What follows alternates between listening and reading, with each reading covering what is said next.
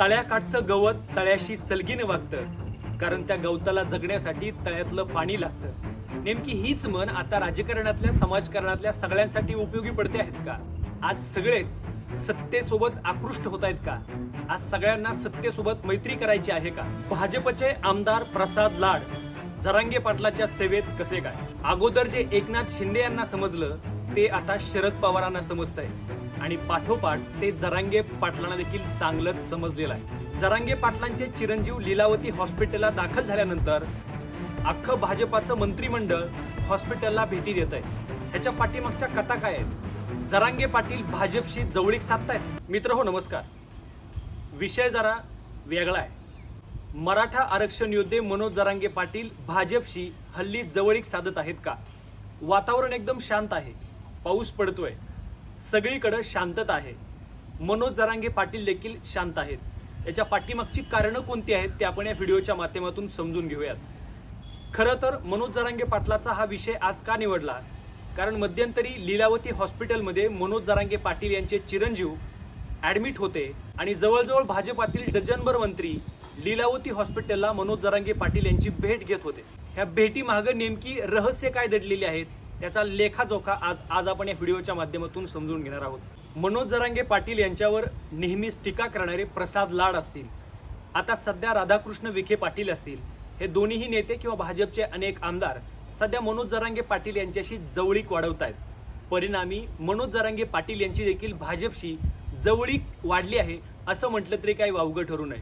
मुळात या देशामधली अवस्था जर आज आपण पाहिली तर सत्तेकडे सगळे आकृष्ट होताना पाहायला मिळत आहेत। जे एकनाथ शिंदेंना अगोदर समजलं ते आता जयंत पाटील आणि शरद पवारांना समजायला लागलेलं आहे आणि मग सगळे भाजपसोबत जाण्याचा प्रयत्न करत आहेत। अशाच अवस्थेमध्ये मनोज जरांगे पाटील सुद्धा भाजपशी जवळीक साधत आहेत का असा प्रश्न अनेक वेळा निर्माण होतोय। बऱ्याच लोकांचं असं म्हणणं आहे की जरांगे पाटील हल्ली शांत आहेत। मला वाटतं या व्हिडिओच्या माध्यमातून तुम्हाला मी हेच सांगू इच्छितो की मनोज जरांगे पाटील यांचे चिरंजीव लीलावती हॉस्पिटल येथे ॲडमिट झाल्यानंतर अनेक मंत्री खासदार जसे सत्ताधारी आहेत तसे विरोधक देखील येऊन भेटले। याच्यामध्ये कुठल्याही प्रकारचं राजकारण न करता काही लोकांच्या पोटामध्ये दुखायला लागलं आणि जरांगे पाटलांचे चिरंजीव लीलावती हॉस्पिटलमध्ये उपचार कसे काय घेऊ शकतात, कारण त्याच लीलावती हॉस्पिटलचा खर्च दिवसाला 50,000 रुपये आहे, अशा प्रकारच्या कमेंट्स पास करताना आम्हाला पाहायला मिळाले। त्यांना मला सांगायचंय, मनोज जरांगे पाटील यांच्यासोबत अख्खा मराठा समाज आहे। प्रत्येकानं 1-1 रुपया जरी दिला तरी करोडो रुपये गोळा होतात। अशा प्रकारचे बालिश प्रश्न न करता नेमकं राजकारण काय होतं हे पाहणं महत्त्वाचं आहे। मुळात मध्यंतरी जरांगे पाटलांनी जे आंदोलन केलं ते अतिशय यशस्वीपणे पार पाडलं। यामध्ये प्रसाद लाड यांनी देखील महत्त्वाची भूमिका मांडली आणि बंधुभावाचं हे राजकारण पुढे टिकलं पाहिजे यासाठी भेटीगाठी वाढल्या। मग प्रसाद लाड जरांगे पाटलांच्या घरी देखील जेवायला गेल्याच्या बातम्या आल्या।